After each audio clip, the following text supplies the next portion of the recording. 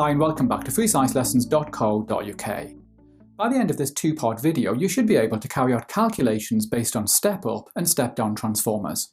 You should then be able to describe how transformers are used in power transmission. And this is for triple physics higher tier students only. In the last video, we saw that step-up transformers increase the potential difference of an electricity supply, whereas step-down transformers decrease the potential difference. Now, if we know the potential difference in the primary coil and the number of turns in the primary and secondary coils, then we can calculate the potential difference in the secondary coil. To do that, we use this equation. The potential difference in the primary coil divided by the potential difference in the secondary coil equals the number of turns in the primary coil divided by the number of turns in the secondary coil. And you are given this equation in the exam, so you don't need to learn it. Here's a typical question. A transformer has 200 turns in the primary coil and 50 turns in the secondary coil. A potential difference of 48 volts is induced in the secondary coil. Calculate the potential difference in the primary coil. So pause the video and try this yourself. Okay, we need to rearrange the equation to find the potential difference in the primary coil, and I'm showing you the rearranged equation here. Putting in the numbers gives us a value of 192 volts. We can see that this is a step-down transformer, as 192 volts has been stepped down to 48 volts. Here's another question for you. A transformer has 100 turns in the secondary coil. It steps up a potential difference from 50 volts to 250 volts. Calculate the number of turns in the primary coil.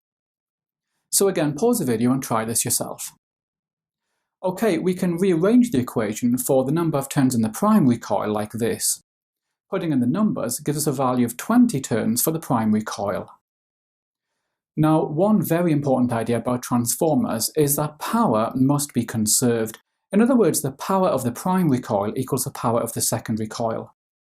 We calculate power by multiplying the potential difference by the current. So the potential difference in the primary coil multiplied by the current in the primary coil equals the potential difference of the secondary coil multiplied by the current in the secondary coil. And you're given this equation in the exam. Now, this only applies if the transformer is 100% efficient. In other words, if there's no energy wasted. In practice, that won't be the case, but for calculations, we can assume that it is. Here's a question for you. A transformer has a potential difference of 200 volts and a current of 0.1 amperes in the secondary coil. The potential difference in the primary coil is 50 volts.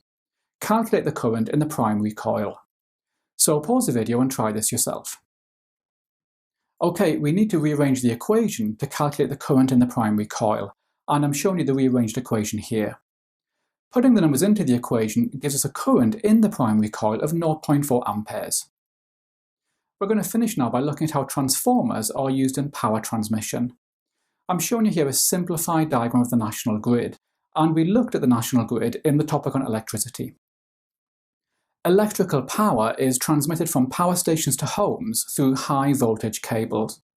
As we saw before, the power equals the current multiplied by the potential difference.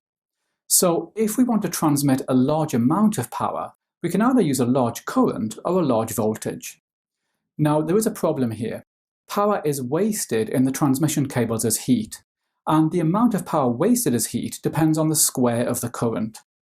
If we used a large current in the transmission cables, then a huge amount of power will be wasted as heat. So instead of using a large current, we use a large potential difference. The electricity from the power station is first passed through a step-up transformer. This steps up the potential difference to around 400,000 volts.